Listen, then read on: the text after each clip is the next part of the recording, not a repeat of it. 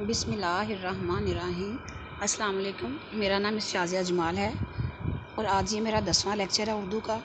आज का जो हमारा उन्वान है वो लांस नाइक लाल हुसैन शहीद है। इसकी हम पढ़ाई करेंगे। सबसे पहले इसके ख़ास अल्फाज।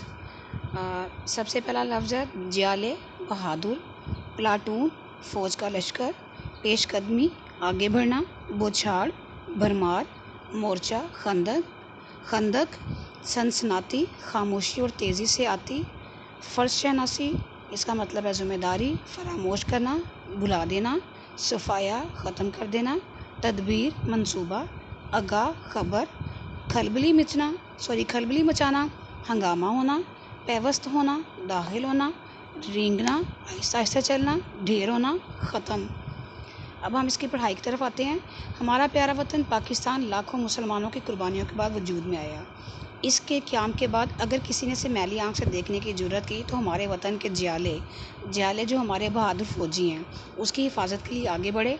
इस अजीम फ़र्ज़ के लिए उन्होंने अपनी जानों की कभी परवाह नहीं की। सितंबर 1965 की जंग में पाकिस्तान के जियालों ने बहादुरी व दिलेरी की रोशन मिसालें कायम की और दुश्मन के नापाक इरादों को खाक में मिला दिया। सितंबर 1965 में दुश्मन ने रात की तारीकी से फ़ायदा उठाते हुए हमारे मुल्क पर हमला किया और कई एक सरहदी चौकियों पर कब्ज़ा कर लिया। इस सूरत में प्लाटून कमांडर ने चंद जवानों को बुलाकर कहा कि तुम जंग के हालात से आगाह हो।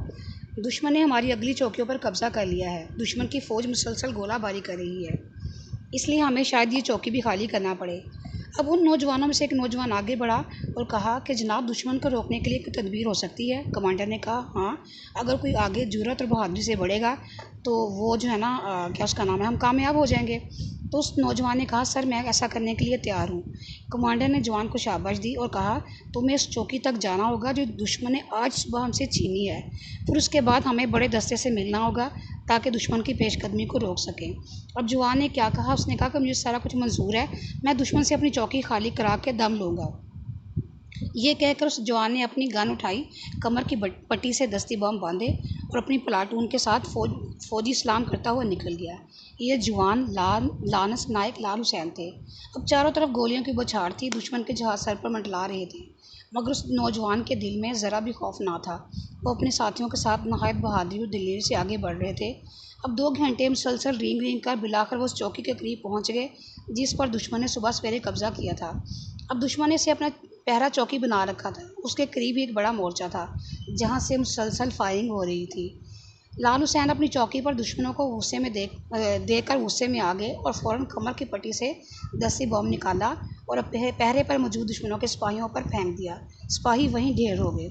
लाल हुसैन चौकी में दाखिल हो गए और फिर रेंगते दुश्मन के मोर्चे पर दस्ती बम फेंकना शुरू कर दिए। दुश्मन इस अचानक हमले से घबरा गया। लाल हुसैन उसके साथियों ने ताक कर निशाने बांधे और मोर्चे में मौजूद दुश्मनों का सफाया कर दिया। तब करीब ही दुश्मन की एक बड़ी प्लाटून मुसलसल फायरिंग कर रही थी। दुश्मन का हमलों का जवाब देने के लिए वो उनकी तरफ बढ़ा। उनकी प्लाटून उनके पीछे पीछे बढ़ रही थी। वो दुश्मन की प्लाटून के करीब पहुंचे और दस्ती बम फेंककर दुश्मन की सफ़ों में खलबली मचा दी। दुश्मन ने फायरिंग तेज़ कर दी। लाल हुसैन अपने साथियों के साथ जवानमर्दी से दुश्मन का मुकाबला कर रहे थे कि एक सनसनाती हुई गोली उनके जिस्म में पेवस्त हो गई। वो बुरी तरह ज़ख्मी हो गए, मगर उन्होंने हिम्मत न हारी। उनकी ज़ख्मों से खून फुवारे की तरह निकल रहा था, मगर वो मुसलसल आगे बढ़ रहे थे। उनके और उनके साथियों की जुर्रत के नतीजे में दुश्मन के कदम उखड़ गए और वो भाग खड़ा हुआ। लाल हुसैन के साथियों ने उनकी आवाज़ सुनी। दुश्मन ख़त्म हो गया। खून बह जाने से लाल हुसैन की हालत बिगड़ चुकी थी। बिलाकर ज़ख्मों की ताब ना लाते हुए वो गिर पड़े। उनके साथियों ने उन्हें फ़ौरन उठाया और मरहम पट्टी के लिए वापस लाने लगे, मगर ज़ख्म अपना काम कर चुके थे। लाल हुसैन शहीद की रूह जिसमें खाकी से परवाज़ कर गई। मौत के वक्त उनके आखिरी अल्फाज ये थे, ए अल्लाह, तेरा शुक्र है, मैंने अपना फ़र्ज़ पूरा कर दिया। लाल हुसैन शहीद ने फ़र्ज़ शनासी और जुर्रत बहादुरी की जो मिसाल पेश की, कौम इसे कभी फरामोश नहीं कर सकेगी। जुर्रत के इस आला कारनामे पर हुकूमत ने उसे तमग़े जुर्रत दिया। अल्लाह ऐसी नेक रूहों के दर्जात बुलंद फरमाए, आमीन। अब हम इसके मशक़ी सवालात की तरफ आते हैं। सबसे पहला सवाल है, 1965 की जंग पाकिस्तान की तारीख़ में किस लिए अहमियत की हामिल है? इसका जवाब सफ़ा नंबर 55 में है कि तीसरी लाइन पे आ जाए, सितंबर 1965 की जंग में यहाँ से लेके दुश्मन के नापाक इरादों को खाक में मिला दिया, यहाँ तक। सवाल नंबर 2 है, प्लाटून कमांडर ने जवानों से क्या कहा? इसका जवाब सेकंड लास्ट लाइन पे सफ़ा नंबर 55 पे। प्लाटून कमांडर ने चंद जवानों को बुलाकर कहा, यहाँ से लेके अगले सफ़े पे आएँ, सफ़ा नंबर 56 पे, हमें शायद ये चौकी भी खाली करना पड़ेगी। यहाँ तक सवाल नंबर 3 है, लाल हुसैन ने चौकी पर पहुंचकर क्या किया?